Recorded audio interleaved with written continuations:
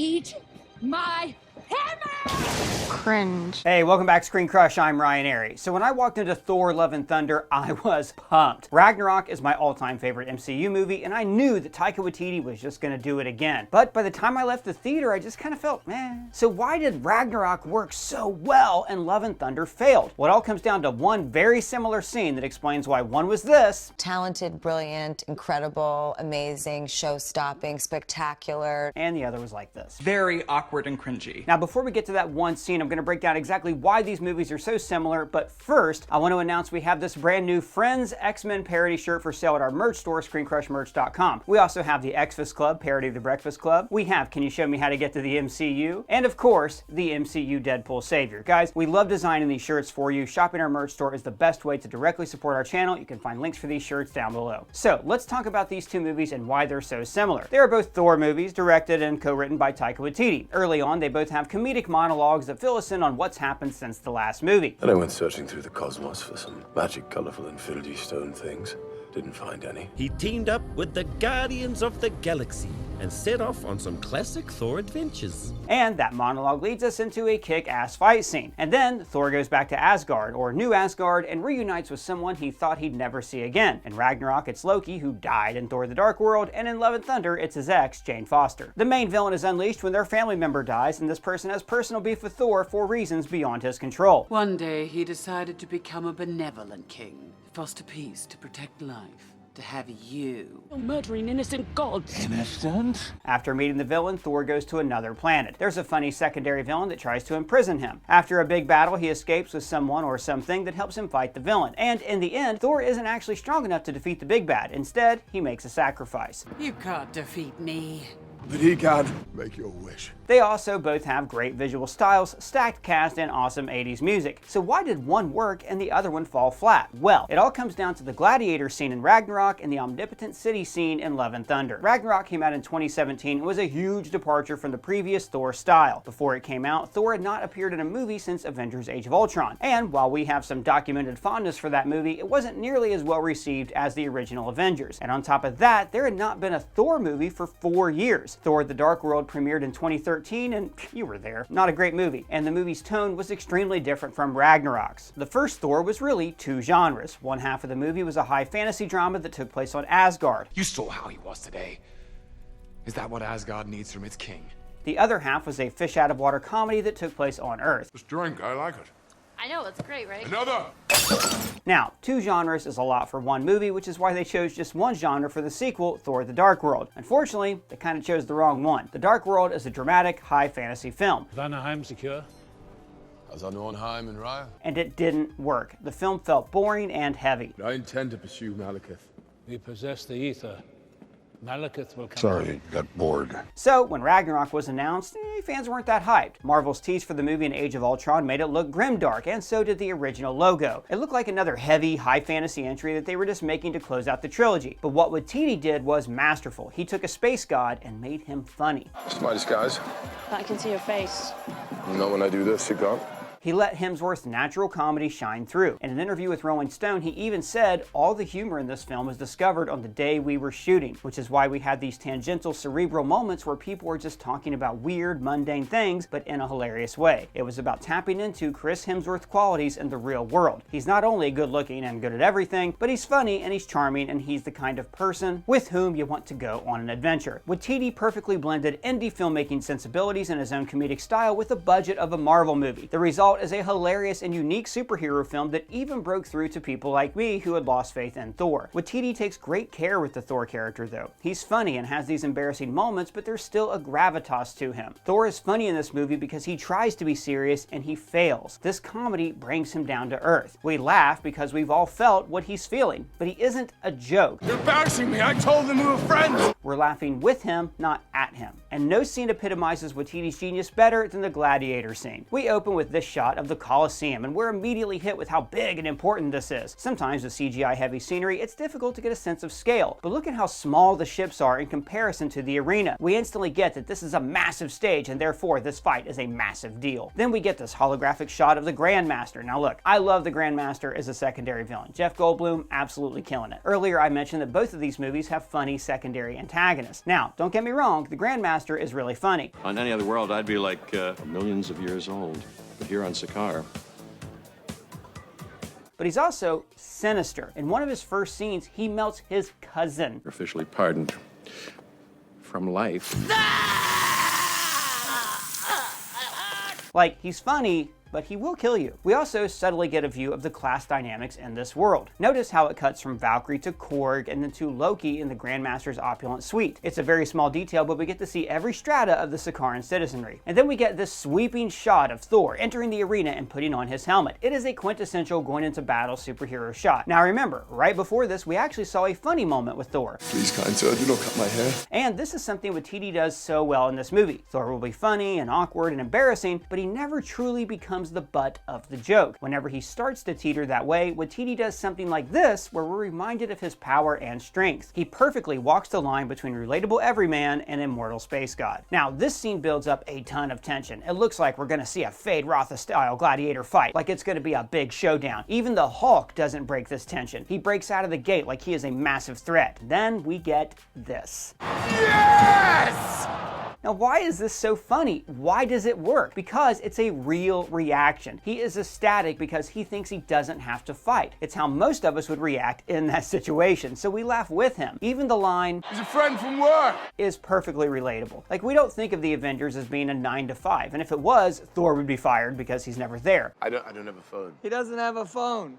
Send a raven. For Thor, the Avengers is just another side hustle to protect the planet. Maybe we can't relate to a god of thunder, but we can relate to running into a work friend. The superhero genre is so elevated. It is a world of gods and aliens and constant brushes with death. As an audience, we have an idea of how heroes will react to these threats. They'll be stoic and intense. You get killed, walk it off. And we buy into that. We like it. But the flip side is, if you play a superhero realistically, we instantly read it as funny because it's not what we are expecting. Then Thor tries to have a whole conversation with him, which, again, is not common in fights. We even get a whole joke about that in Civil War. I don't know if you've been in a fight before, but there's usually not this much talking. Waititi is turning the superhero fight scene on its head at every single turn. Another example of this is the constant cuts to Loki being scared as hell. He's not dealing with it as a stoic, plotting villain. No, he is just wide-eyed and afraid. Then we get this change in Thor when he realizes he has to fight the Hulk. What are you doing?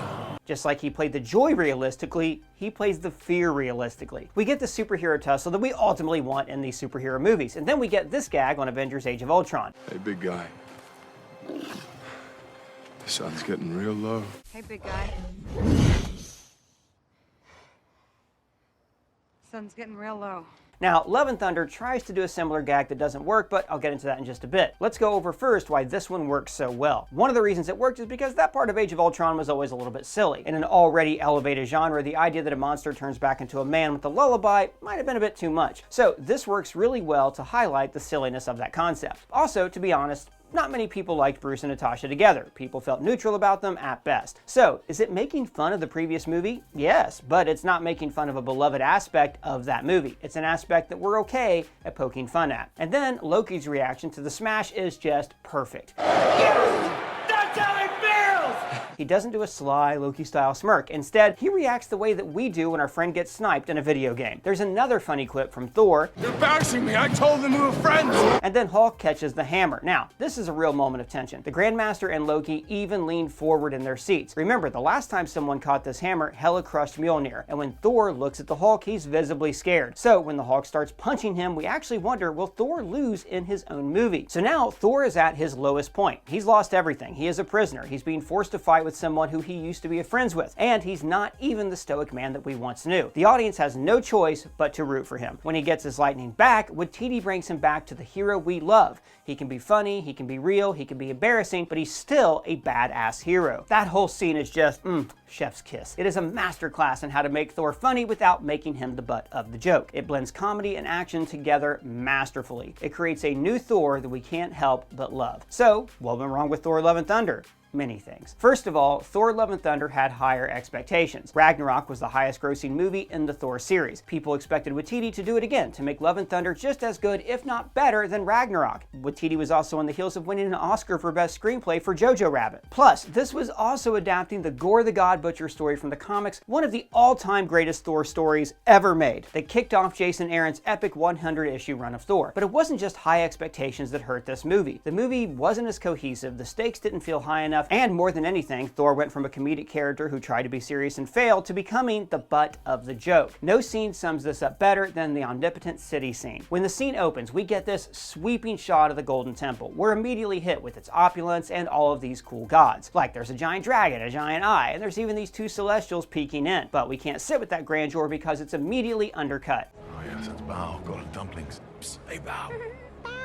It's silly, and I have no problem with silliness, but it poses a problem here. We should feel like Thor is walking into a room of people who could hurt him, but this just immediately breaks that tension. Also, the CGI of this scene was pretty good, but the set design, not so much. Compared to the opulence of the Grandmaster's suite, these chairs look like Legos. Then we get Zeus's entrance. Now, when we first meet the Grandmaster, he's funny, but Waititi quickly establishes that he will kill you. Oh my God! But with Zeus, the king of the gods, there's no wait. I love Russell Crowe. He's a great actor, but his performance is clearly only supposed to be comedic. Even the line, Now we're going to announce the winner of the most human souls sacrificed in the name of a god. is not sinister at all. As opposed to Thor's fearful reaction with the Grandmaster, we just get this.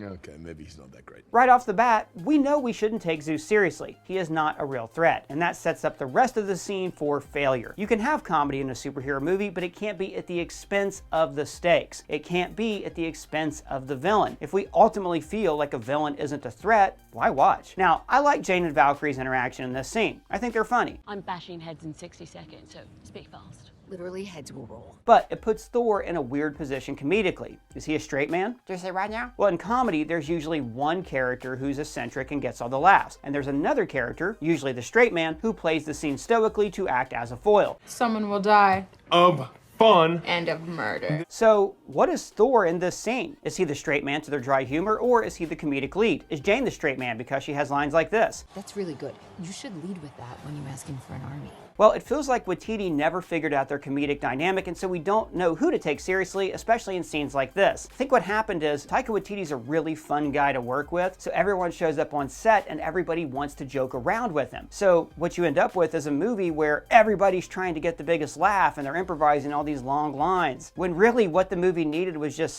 someone to look at all this silliness and to tell everyone to stop. Now, because everything is so silly up to this point, when they try to give Thor a serious moment, Zeus, we must do something. it doesn't land. It just can't break through the comedy in the rest of the scene. And instead of Zeus threatening to kill him or even hurt him, he says, You cannot come to the orgy. again, it makes something that should feel like life or death feel almost inconsequential. And then Zeus disrobes Thor, which might have been funny if it weren't for the tattoo. Earlier, I talked about how the sun is getting real low bit worked in Ragnarok because it wasn't beloved. People don't mind joking about that part of Age of Ultron, but the tattoo gag is actually playing on some very beloved scenes. Infinity War and Endgame were emotional movies. When Loki actually died, we felt that. When Natasha and Tony sacrificed themselves, we felt that. We even see this heartbreaking scene of Thor dealing with everything that he's lost. Well, if I'm wrong, then what more could I lose? So to make all of that a joke on a shitty tattoo feels disingenuous. There will always be silly things to make fun of in the superhero genre, but those real emotional moments that really got us,